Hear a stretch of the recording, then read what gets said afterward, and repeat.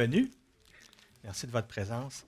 Donc, je vais donner un témoignage, c'est-à-dire raconter des faits qui sont arrivés dans ma vie. Je vais aller dans certains détails. Comment j'ai rencontré Jésus-Christ. En fait, comment Jésus-Christ m'a rencontré, ce serait plus juste de dire ça. Fait que j'ai 61 ans. Je suis marié avec Sonia qui est en arrière. On a deux filles, deux femmes maintenant qui demeurent à Montréal. On a habité une bonne partie de notre vie à Québec. Et maintenant, on est au Saguenay. Et puis, je poursuis une carrière en environnement. Avant ça, j'étais pour le gouvernement. Maintenant, je suis à mon compte comme expert conseil. Et j'avais amené un prix de présence. J'ai fait plusieurs publications dans le domaine scientifique et environnement. Et j'ai écrit un livre, par la grâce de Dieu, j'ai écrit un livre qui s'appelle Création et environnement et le chrétien dans tout ça. Donc, je l'avais amené comme prix de présence, mais en discutant avec quelqu'un à la table, j'ai vu que ça lui convenait très bien. C'est déjà donné. Mais ça existe, c'est disponible en ligne.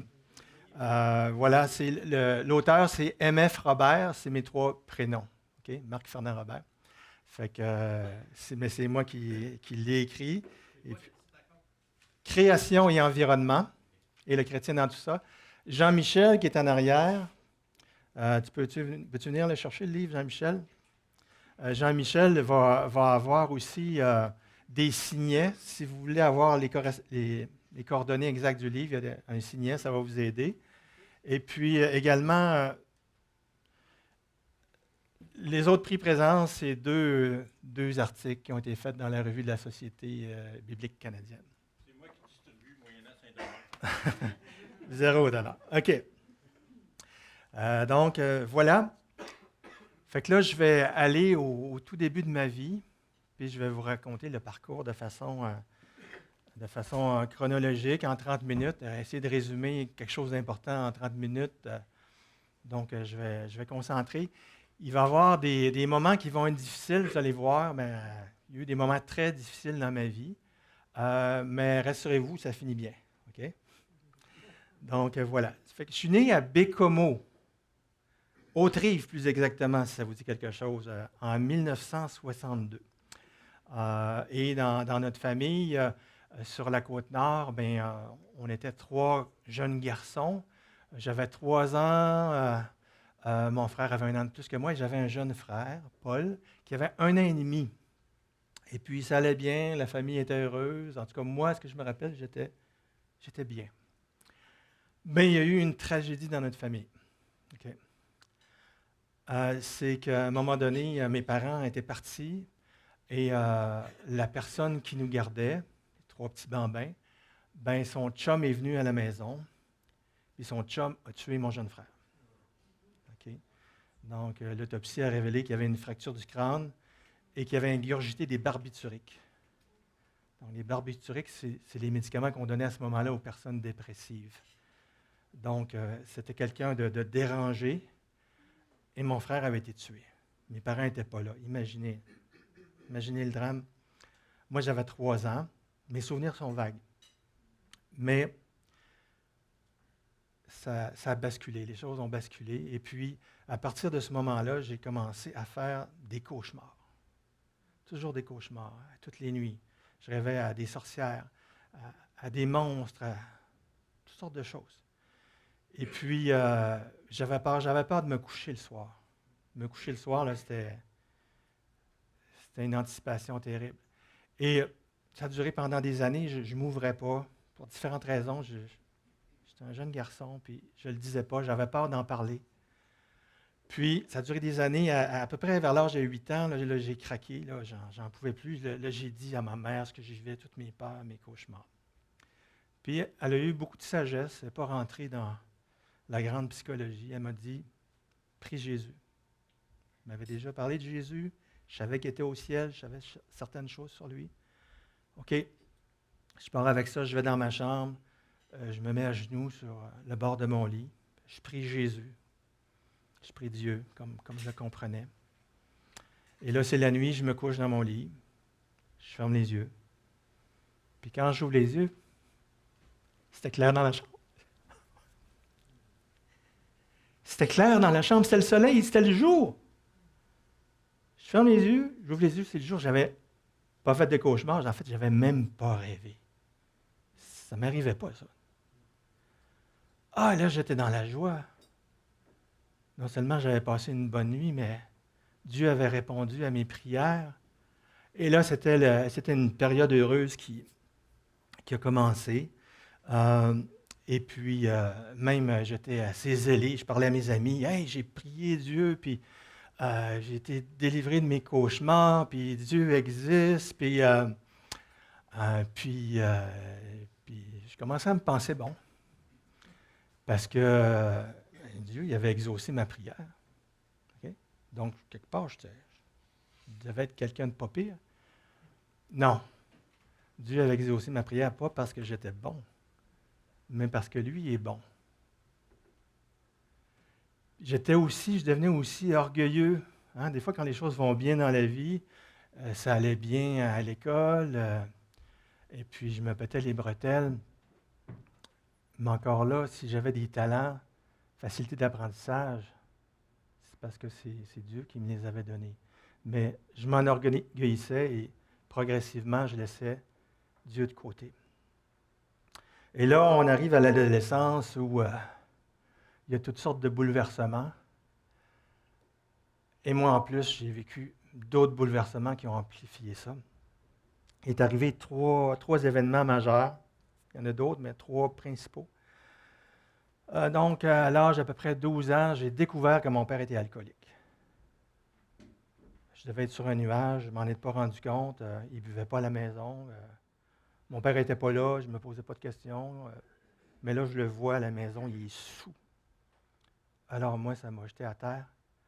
Mon père que j'admirais, c'est un alcoolique. Il a l'air d'un cave, là, il titube. Puis en plus, personne ne me l'avait dit. Ma mère avait tenu ça secret pour la réputation. J'ai l'impression qu'on m'avait menti, qu'on m'avait trahi.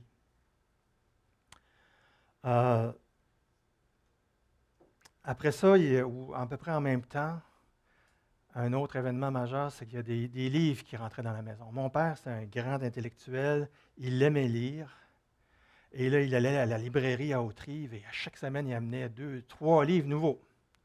Le libraire a fait une fortune avec mon père. Mon père lisait, et de plus en plus, ses livres, c'était sur les sujets suivants.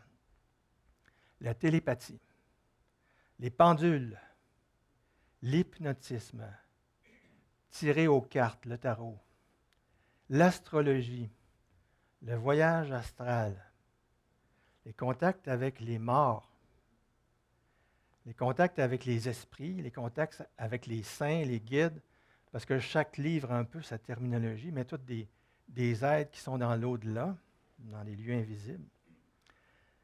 Des livres qui parlaient de l'énergie cosmique, la pensée positive, comment être en santé, comment être heureux, comment maîtriser la vie. Et ça rentrait à profusion. Et mon père se nourrissait de ça. Moi, je ne les lisais pas vraiment, mais j'en recevais certaines idées. Et mon père a voulu aller plus loin. Et là, il s'est joint à un groupe de personnes qui étaient spécialisées là-dedans. Ça s'appelait l'Ordre de la Rose-Croix. C'était plus connu à une certaine époque, mais c'est de la franc-maçonnerie, si ce terme-là vous dit quelque chose. Et donc, ça, c'est un mouvement où on te dit, on va te donner les clés pour maîtriser la vie. Tu vas recevoir des enseignements, et puis tu vas les étudier, puis progressivement, tu vas atteindre certains niveaux, puis tu vas avoir des éléments qui vont t'aider à avoir la maîtrise de la vie. Et donc, mon père est rentré là-dedans, peut-être dans l'espoir secret d'être délivré de l'alcoolisme. Et puis, moi, j'ai suivi. J'ai suivi mon père, puis mon père est allé encore plus loin. Il allait à des réunions, les gens se réunissaient, il y avait des assemblées, si on veut. Et puis là, on s'entretenait de ces choses-là, de la magie blanche, de l'occultisme. En fait, magie, occultisme, c'est relié. Si vous regardez dans le petit Robert, là, la magie, c'est un art basé sur des pratiques occultes. Occulte, ça veut dire quoi? Ça veut dire caché. Donc, l'enseignement que nous recevions, que je recevais sur différentes choses, je n'avais pas le droit d'en parler à ceux qui n'étaient pas rendus au même niveau que moi. Okay? J'avais fait un serment, c'était occulte, c'était caché. Okay? Mais c'est tous des éléments dont je vous ai parlé tout à l'heure, et même plus. Et quand je suis rentré là-dedans, les cauchemars ont repris. Je n'ai pas fait le lien tout de suite. C'est par après que je me suis rendu compte. Quand je suis rentré là-dedans, les cauchemars dont j'avais été délivré sont revenus. Et donc là, la peur est revenue avec les cauchemars. Et quand je me couchais le soir, c'était la même anticipation, la peur d'avoir toutes les choses dont je vous ai dit tout à l'heure. Je vais faire attention aux paroles que je dis. Et quand je me couchais, comment faire quand tu as des pensées d'anxiété? J'avais trouvé un truc. Je pensais à des choses comme je pensais à Mickey Mouse, Walt Disney. J'essaie de me divertir la pensée. Mais adolescent, tu penses à d'autres choses. Donc là, je me faisais des petites vues. Je m'engourdissais. Vous comprenez ce que je veux dire? Des petites vues 3X. J'étais contre la pornographie, dans le sens que c'était l'exploitation des femmes. Mais je me disais dans ma tête, j'ai le droit. Fait que ça m'engourdissait. Et je me couchais, mais là, j'étais pris dans un autre piège, dans une autre addiction qui allait me suivre assez longtemps. Donc ça, c'était le deuxième point de bascule. Le troisième, c'était la drogue. J'ai consommé juste un peu de drogue qui maintenant sont légales, le cannabis, la chiche, très peu. Mais moi, j'ai fait une psychose. Okay? Il y a une proportion de gens qui sont plus sensibles que d'autres, que c'est très dangereux. Maintenant, c'est légal, mais ça reste très dangereux. Moi, j'ai fait des psychoses. Une principalement, et ce n'était pas du tout pour moi une drogue douce. Et là, j'ai perdu le réel. J'ai halluciné pour commencer. Pendant des heures, là.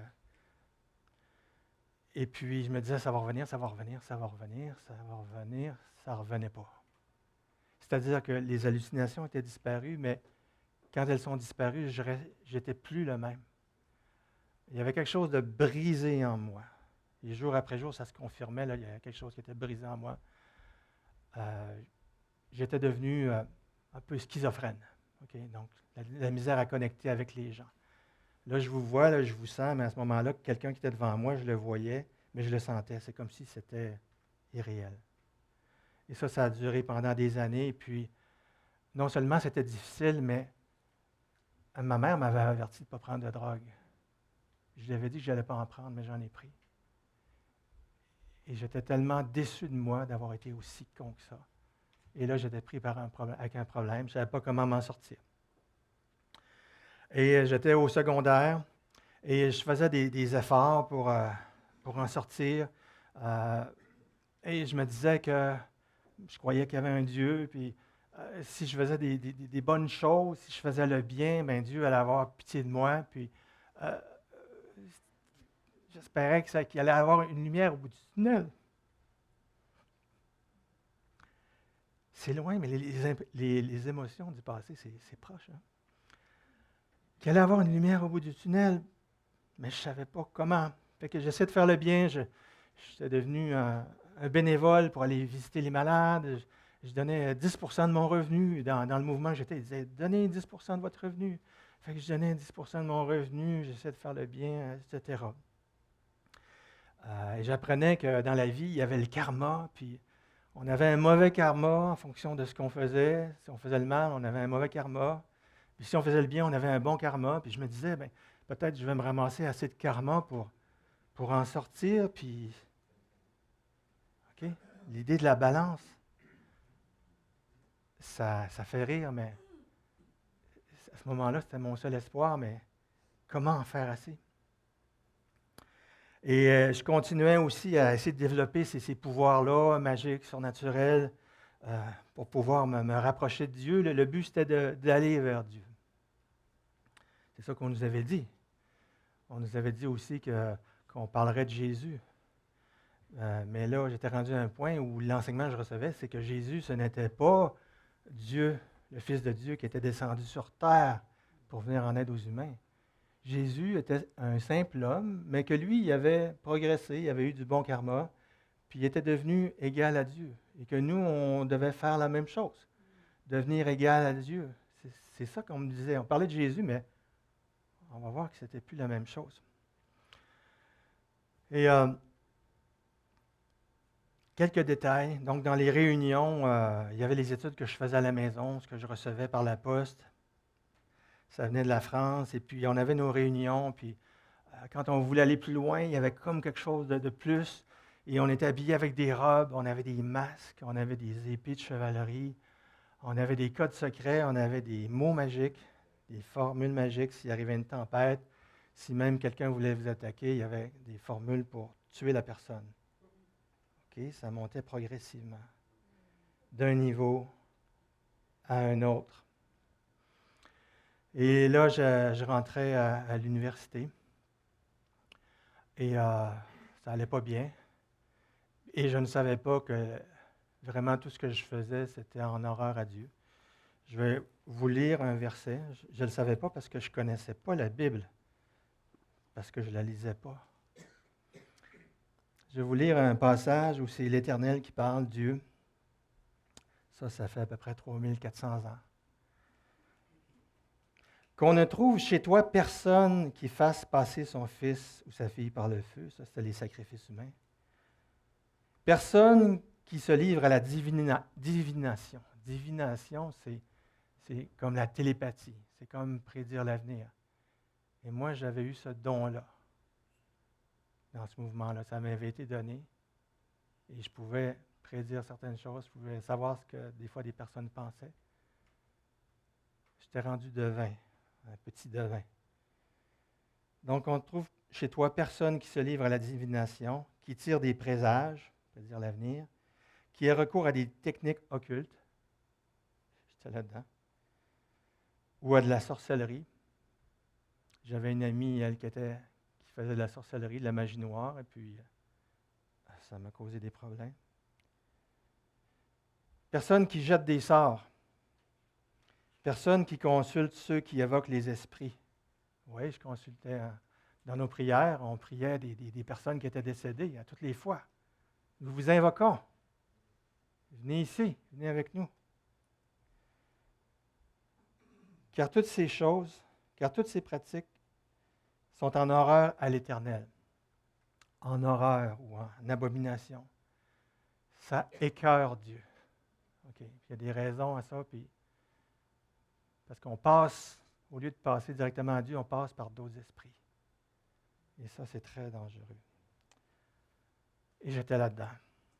Et je ne savais pas que c'était en horreur à Dieu. Parce que je ne connaissais pas la parole de Dieu. Donc, je me retrouve à l'université. Je ne savais pas quoi faire. Je me suis inscrit en agronomie. Ça a bien été pour ça. Mais j'étais encore dépressif. Mais il y a eu un rayon de soleil qui est arrivé. Il y avait le rayon de soleil qui était rentré dans ma chambre le matin. Là, il y a un autre rayon de soleil. Mais là, c'était un autre genre de soleil. Elle brille encore. C'est Sonia, mon épouse.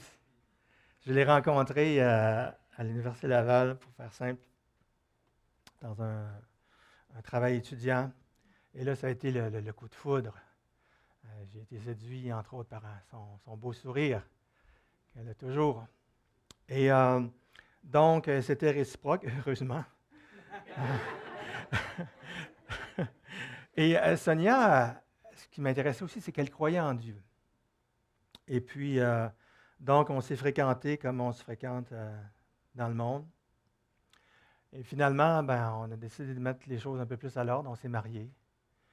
Et on s'est mariés à l'Église catholique. On voulait se marier devant Dieu. C'était important pour nous. Mais en même temps, on n'avait pas le même Dieu. Elle s'attachait à Jésus. Et moi, pour moi, Dieu, c'était même plus une personne. Puis Jésus, d'après ce qu'on m'avait enseigné, il n'était même pas mort à la croix. OK? Donc, c'était très différent. Puis on avait des conflits des fois. Fait qu'on a dit, il faut trouver une façon de se réconcilier parce que pour toi et pour moi, c'est fondamental, Dieu. Mais on est comme ça. Fait que là, on a fait un pacte OK, moi, je ne pouvais pas lui dire ce que j'apprenais, je n'avais pas le droit. OK? Sous menace de sanction. Je n'avais pas le droit. Ça fait que la seule façon qu'elle pouvait savoir mes affaires, c'est de s'inscrire. Fait que le deal, c'est toi, tu t'inscris, tu vas enfin pouvoir savoir ce que je n'ai pas le droit de te dire. Puis moi, ben, je vais lire la Bible, le livre que tout le monde a le droit de lire, puis qui n'est pas caché. Donc, on a fait ça. Elle s'est inscrite, mais finalement, elle n'a pas tenu son bout. Là. Ça ne l'intéressait pas, puis elle avait peur de ça, et avec raison. Mais moi, je lisais les évangiles, donc la partie qui parle de la vie de Jésus sur terre, de ses paroles, et j'étais vraiment touché, soir après soir, là. J'étais touché par la personne même de Jésus. J'étais touché par ses paroles. Et ce qui était particulier, c'est qu'il parlait beaucoup du péché. Dans l'ésotérisme, le péché, on n'utilisait plus ça, ce mot-là, comme dans la société en général. Les gens disaient le péché, c'est l'absence de bien. OK. Moi, je croyais ça. Mais là, Jésus, c'est le péché, le mal, même les démons. Jésus parlait de ça. Et une grande emphase sur quand Jésus est mort sur la croix. Ça, c'est comme, il y avait beaucoup de chapitres là-dessus. C'est comme, c'est comme primordial là-dedans. Je ne comprenais pas trop, mais je savais que ça, c'était important. Puis c'était en lien avec le péché. Puis ça allait à l'encontre de ce que j'avais appris dans l'ésotérisme. Ça allait à l'encontre. Donc, ça m'a amené à avoir des doutes sur la Rose-Croix, sur le mouvement dans lequel toute ma famille, on avait embarqué, puis on était rendu assez haut gradé, si on veut. Et là, j'allais entrer, j'étais rendu au 11e degré, et là, je devais rentrer dans le 12e degré. Le 12e degré, c'est le degré des Illuminati. Les Illuminati, c'est quoi? C'est des personnes qui ont une illumination, une certaine illumination. Mais là, il faut que tu passes une initiation. Et cette initiation-là, elle va être spirituelle, c'est-à-dire que quelqu'un va t'apparaître, il va être habillé d'une certaine façon, avec une certaine toge. Et là, il va falloir que tu lui demandes de te bénir pour pouvoir rentrer dans les Illuminati. Il faut que tu reçoives une bénédiction de lui pour être illuminé. Il faut que tu lui demandes la bénédiction, c'est ça qu'on me disait. Même si tu trouves qu'il a l'air pas très gentil. Moi, je ne riais pas. Ça me donnait la chienne. Mais par nature, je suis quelqu'un de loyal. Je me disais, mais je ne peux pas abandonner. J'ai fait des serments de ne pas abandonner. Il y a sûrement une raison pourquoi il a l'air pas gentil, mais que c'est bon que je me fasse bénir par lui. Vous voyez comment j'avais été lavé le cerveau. Okay? J'avais perdu le sens naturel, le gros bon sens. Donc, j'étais comme à la croisée des chemins. J'avais peur de ça. Mais il faut que tu affrontes tes peurs. Non, des fois les peurs sont là pour nous dire quelque chose. Il est arrivé, Dieu merci, il est arrivé quelque chose de complètement inattendu qui n'était pas dans mon radar.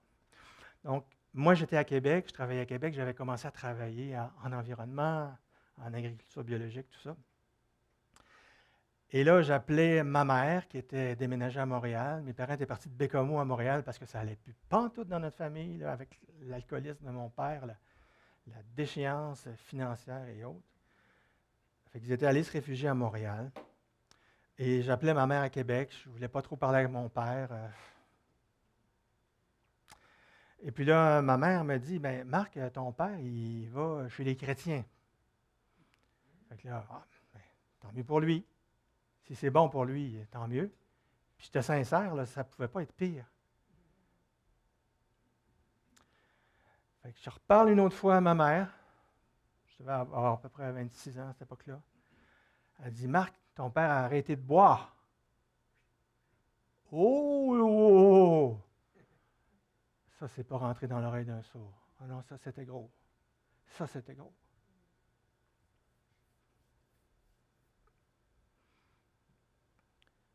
Bon sang qu'on avait prié dans nos pratiques magiques pour que mon père soit délivré de ça. C'était jamais arrivé. Là, il va voir des chrétiens. Il est délivré de l'alcoolisme. Oh! Donc, il est arrivé un autre événement aussi inattendu. Le Seigneur a fait en sorte que toute l'amertume que j'avais envers mon père ait disparu. C'est comme si c'était brûlé. Je n'en voulais plus. Je ne savais même pas que je lui en voulais. Parce que de toute façon, si j'y en voulais, j'avais raison. J'avais raison d'avoir la colère contre lui. Non. Mais Dieu m'a enlevé ça. Ça ne peut pas venir d'ailleurs que Dieu ait enlevé la colère comme ça, puis l'amertume. Et en enlevant ça, ben là, j'étais ouvert à parler avec mon père. J'allais voir mon père. Qu'est-ce qui est arrivé? Dis-moi-le. Et là, lui, il a été très sage, puis très rapidement, ben c'est ça, il me parlait de Jésus, que j'avais commencé à lire, puis les choses qu'il me disait, ben ça correspondait, le Sauveur, les péchés, puis qu'il y avait une façon plus simple d'aller au ciel que de le karma. Plus simple, c'est comme ça qu'il me l'a dit. C'est par Jésus. Un ascenseur un peu. Et puis là, je retournais à la maison, j'envisageais les choses, je pensais à ça. Et puis, ça m'attirait, mais en même temps, j'avais des blocages. Il y avait deux principaux blocages. Premièrement, j'avais mis des années d'investissement dans la Rose-Croix. J'allais arriver au degré des Illuminati. Et là, je comprenais que c'était mutuellement exclusif. Je ne pouvais pas être avec Jésus puis avec la Rose-Croix. Je ne comprenais pas pourquoi, mais je le sentais dans mes tripes. C'est incompatible. Fait que je dois abandonner ça. L'autre chose, c'est que Jésus, qu'on me disait qu'il était Dieu, divin, j'avais de la misère à cause de tout l'enseignement qu'on m'avait donné. Malgré que c'est marqué dans l'Écriture, Jésus est Dieu. Jésus est le Fils de Dieu. Il est égal au Père dans sa nature divine. Et donc, j'avais un blocage avec ça. Et heureusement, Dieu savait comment me débloquer. Et là, on arrive à une portion vraiment très surnaturelle de ma conversion. C'est arrivé dans un rêve. Vous savez, les rêves, pour moi, c'est rêve égale cauchemar. Okay. C'est arrivé dans un rêve. Et puis, dans le rêve, je vois une silhouette de quelqu'un. Je n'arrive pas à identifier. Mais c'est une personne qui parle, mais très doucement. Il fallait que je porte attention. Puis on m'a dit que j'allais entendre des choses. C'était très doux. Il fallait que j'écoute. Je savais que je rêvais. Okay. Je ne voulais pas me réveiller. Je savais que je rêvais. Je savais qu'il y a quelque chose qui était en train de se passer. Et puis, à un moment donné, dans le rêve, la voix dit nous allons te montrer ta vie. Donc là, il y a un grand écran, pas mal plus grand que ça, qui s'est déroulé. Et là, j'ai vu différents épisodes de ma vie. Ça s'est passé très vite, là, mais j'étais là. Oh! C'est honteux. C'était comme devant un tribunal. Une anticipation du tribunal qui aura lieu un jour.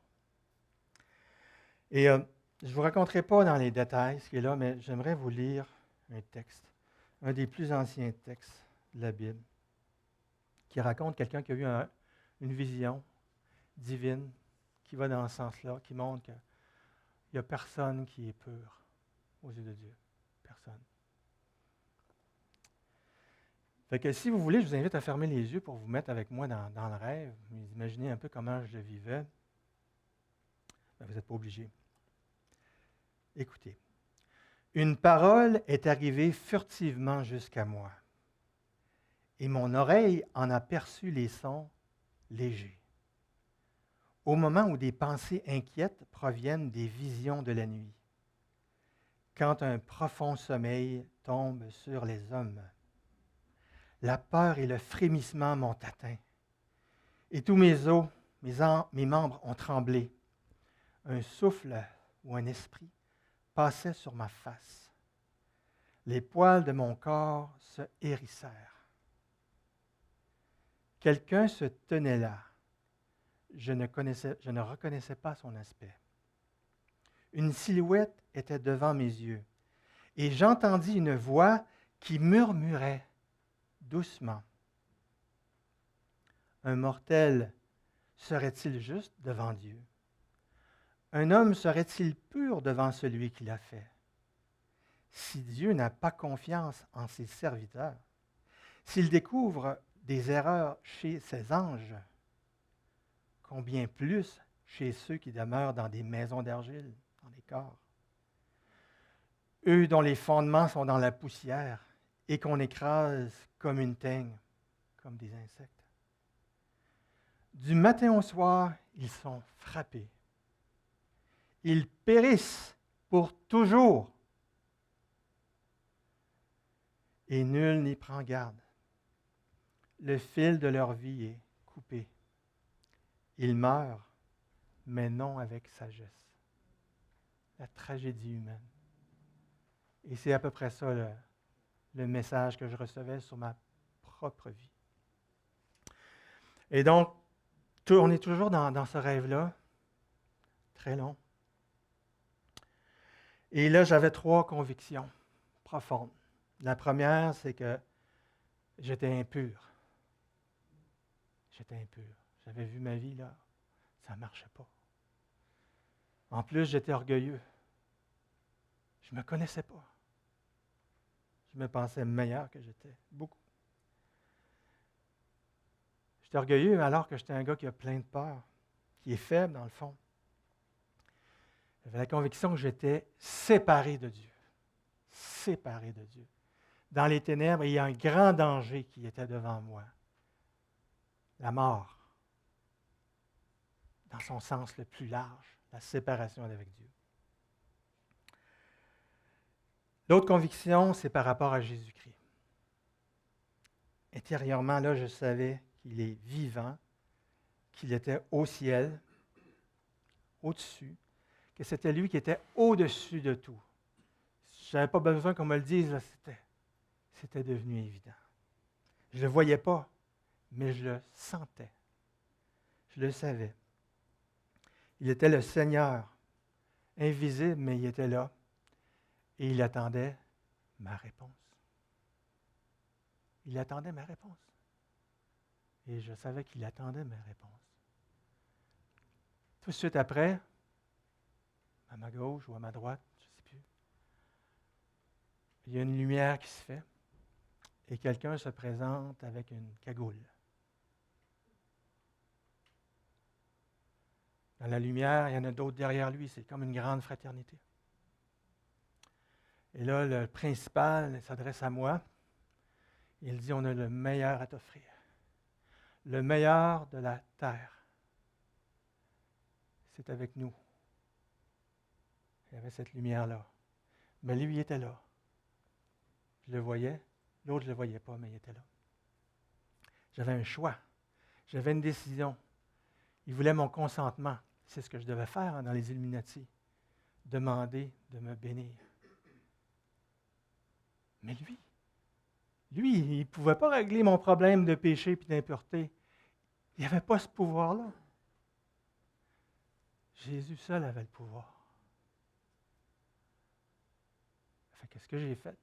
J'ai crié à Jésus de me sauver. OK? J'ai fait mon choix. J'ai donné mon consentement, si vous voulez, mais c'est un consentement là, couché sur la terre, couché au sol. Je n'ai pas d'autre espoir que toi. Sauve-moi. Je suis impur.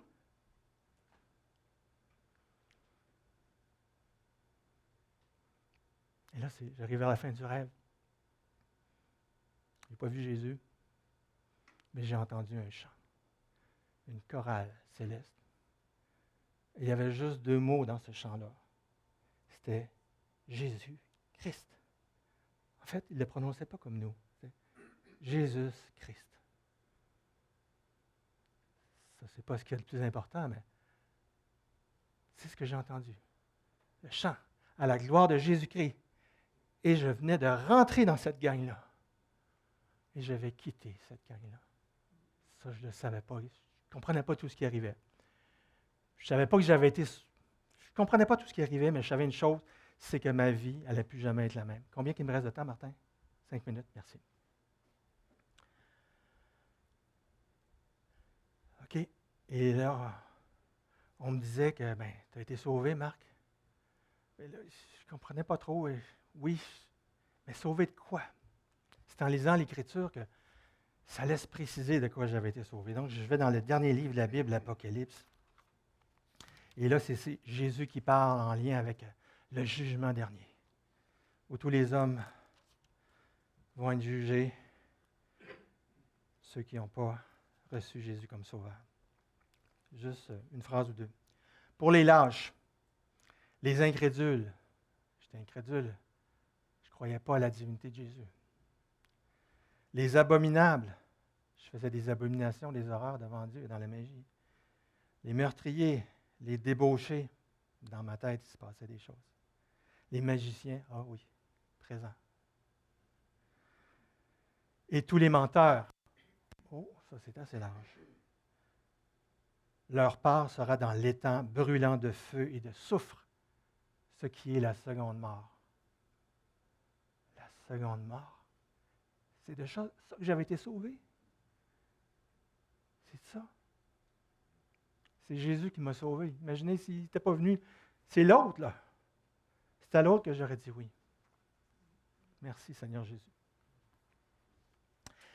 Et dans cette nouvelle vie-là, j'étais devenu un chrétien, dans le fond. Et j'ai été délivré d'une addiction que beaucoup d'hommes ont ou avaient. Je ne rentre pas dans les détails, mais c'est venu comme ça. Ça, c'était une grâce de Dieu. J'ai eu beaucoup de bénédictions. J'ai vu Dieu agir.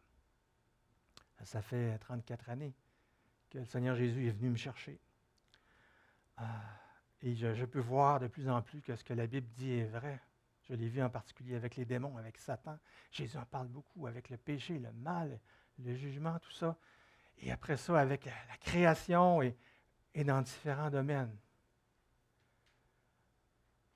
Béni dans plusieurs choses, mais il y a des domaines qui sont restés dans ma vie. J'aime dire que Dieu, quand il nous sauve, il nous en donne des faciles. Puis il y en a d'autres qui nous laissent difficiles pour qu'on progresse puis qu'on reste tout le temps devant lui. Seigneur, j'ai besoin de toi. Et moi, dans les choses difficiles, c'est le sommeil. Le sommeil n'est jamais redevenu normal. Je dors mal pratiquement toutes les nuits de ma vie. J'ai encore des cauchemars. Mais maintenant, je sais que celui qui vit en moi est plus grand que celui qui est dans le monde. Ça, c'est une parole de l'Écriture. Donc, si vous êtes chrétien, si vous devenez chrétien, c'est comme moi, vous êtes à la meilleure place. Je n'ai jamais regretté mon choix. Mais c'est un chemin étroit et difficile. Il y a des ennemis. Il y a des ennemis spirituels, qu'on en soit conscient ou non. Moi, j'en suis très conscient. Pas parce que je l'ai voulu, mais c'est comme ça que c'est arrivé. Et ce que Jésus dit sur les démons, sur Satan et les apôtres, c'est vrai. Donc, soyons vigilants si vous êtes chrétien. Si vous n'êtes pas chrétien et vous voulez être sauvé de la seconde mort, il y a seulement une façon, c'est par Jésus-Christ. Mais il faut que vous soyez prêts à renoncer à votre vie. Je vais m'arrêter là-dessus. Donc, je vais terminer par une petite prière. Toute simple, Jésus-Christ, toi le Très-Haut, toi le chef suprême, toi qui es mon médiateur, mon sauveur, mon rédempteur, toi qui veilles sur moi encore, bien que je ne le mérite pas. Mais parce que tu m'aimes et parce que le Père m'a aimé, merci. Amen.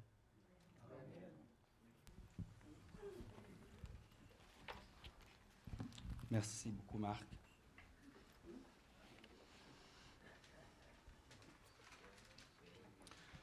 Je veux juste revenir sur quelques points qui m'ont frappé.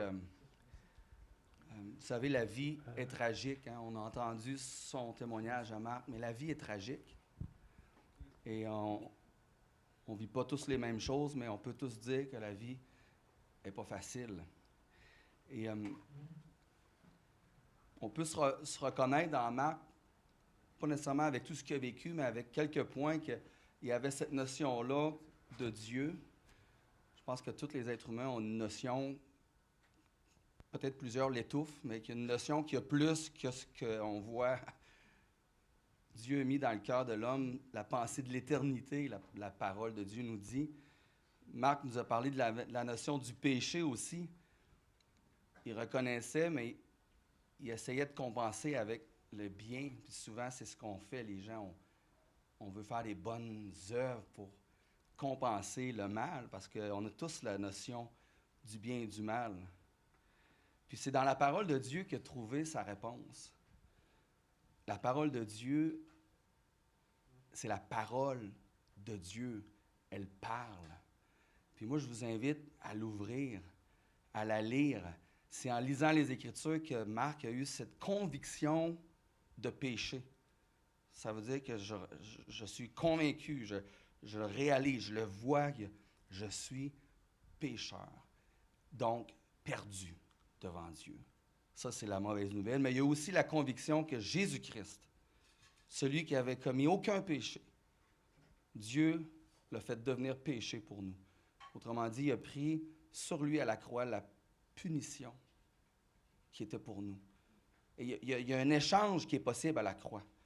Jésus prend ton péché, puis il te donne sa justice, sa chemise blanche, son vêtement blanc, juste, pur, il la remet sur toi.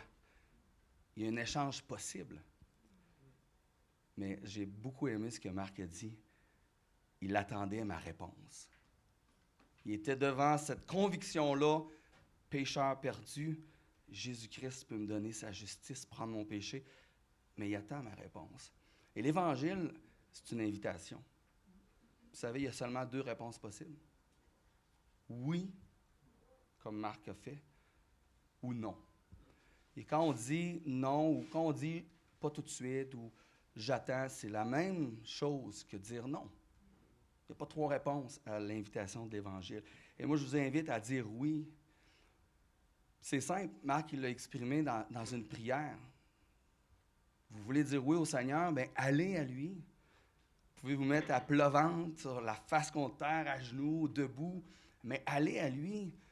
Reconnaissez votre péché qui vous sépare de Dieu, puis dites, Seigneur, oui, je veux que tu sois mon Seigneur, mon Sauveur.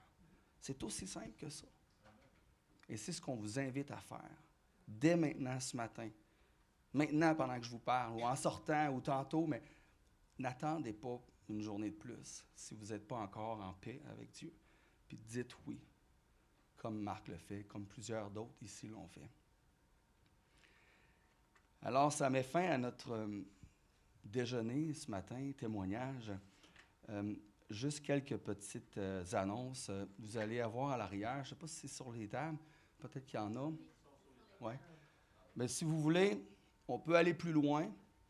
Il y a différentes options qui sont là. Vous pouvez recevoir différentes choses. Vous n'avez qu'à lire. Donc, on peut vous accompagner. On offre aussi des cours, un cours Bonne Nouvelle. Cours Bonne Nouvelle, c'est sur 12 ou 13 semaines. Et on regarde ensemble dans la parole, c'est quoi l'Évangile. Donc, on passe à travers tout ce que la Bible dit à propos de l'Évangile puis du salut qu'on peut avoir en Jésus-Christ. OK. Il y a des détails à l'arrière sur une feuille. Petit signet, ça nous dit qu'il y a un prochain déjeuner. Je n'ai pas mes lunettes, alors, est-ce quelqu'un qui peut m'aider? 15 juin, ici encore, où on entendra le témoignage d'une autre personne qui a rencontré le Seigneur Jésus puis qui a eu une vie transformée. Alors, si vous avez aimé ce matin et vous voulez entendre un autre témoignage, on vous invite pour le 15 juin. Et on a les petits signets aussi d'une émission de l'heure de la bonne nouvelle. Donc, ça passe à Nouveau, Télémag. Puis encore une fois, le but de ces émissions-là, c'est de présenter l'Évangile, l'invitation que Dieu lance à chacun de saisir la vie éternelle à cause de Jésus-Christ qui est mort. Alors, merci d'avoir été là, puis je vous dis à la prochaine. Que le Seigneur vous bénisse.